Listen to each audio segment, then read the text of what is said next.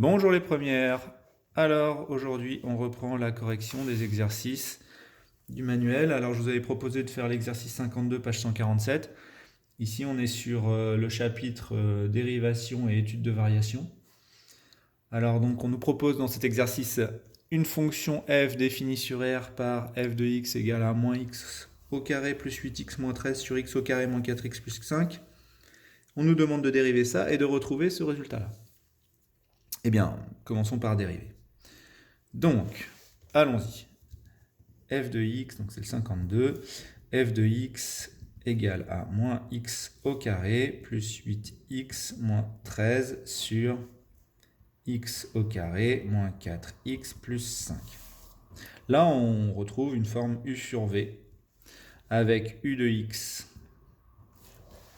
qui vaut moins x au carré plus 8x moins 13 et v de x qui vaut x au carré moins 4x plus 5. Du coup, u' de x est égal à moins 2x plus 8 et v' de x est égal à 2x moins 4. On va utiliser ces expressions-là pour reconstituer notre formule. Je vous rappelle, la dérivée de u sur v, c'est u'v moins uv' sur v carré.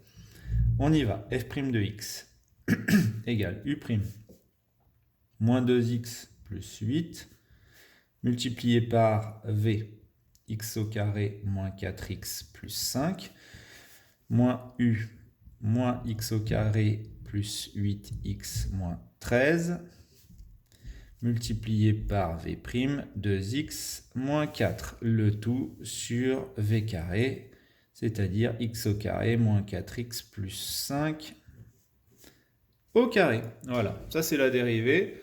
Ici, elle est inutilisable, il va falloir la réduire pour pouvoir étudier son signe. Donc le dénominateur, il est positif, ça on n'y touche pas, c'est bien pratique. Par contre, le numérateur, il faut faire quelque chose. Donc on va faire double distributivité. Là, attention à ce signe moins, là, il peut être redoutable si on se trompe dans le signe par la suite. Ça nous fait donc moins 2x3 plus 8x2 moins 10x plus 8x2 moins 32x plus 40. Voilà pour la partie de gauche. Le moins, alors pour l'instant je vais garder un moins et une parenthèse, puis je vais faire ma distributivité là. Je réglerai le problème de signe ensuite. Ça me fait moins 2x3 plus 4x2 plus 16x moins 32x moins 26x plus 13 fois 4, 52. Voilà. Hop, voilà.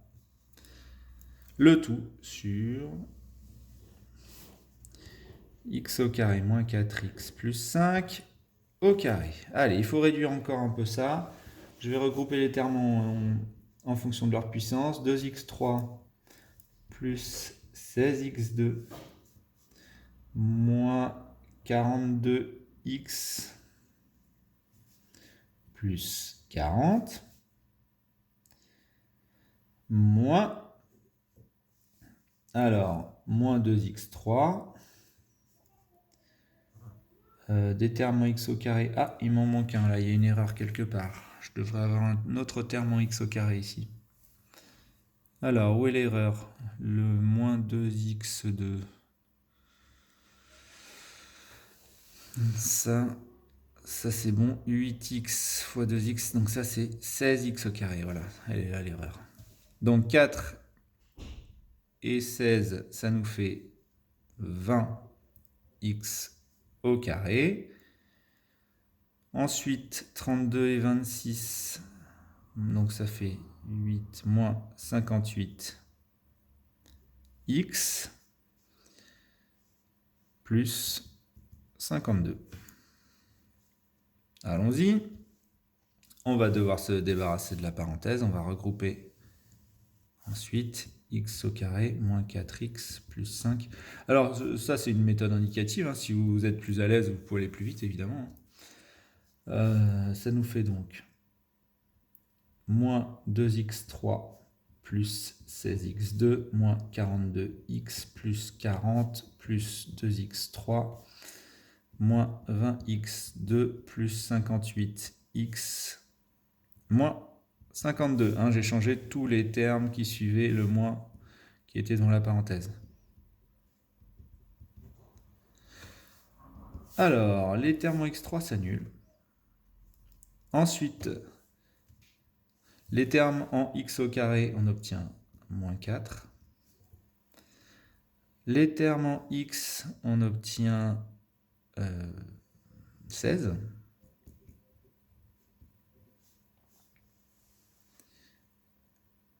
C'est ça, 42. Ouais, c'est ça. Et puis, les termes sans x, on a 40, moins 52, moins 12. Sur x au carré, moins 4x plus 5 au carré. Très bien. Alors là, voilà, ça c'est réduit. On ne peut plus y toucher. Maintenant, soit on part de l'expression qu'on a trouvée. On utilise delta pour trouver la forme factorisée. Hein. Avec delta, j'imagine qu'on trouvera deux solutions. Du coup, les solutions, ce sera 1 et 3. Hein, et puis, on pourra factoriser. Ou alors, on part de l'expression qu'on nous propose, on la développe et on retrouve celle qu'on a calculée. C'est de loin la méthode la plus facile. Donc, c'est ce qu'on va faire. On part de ce qu'on nous propose.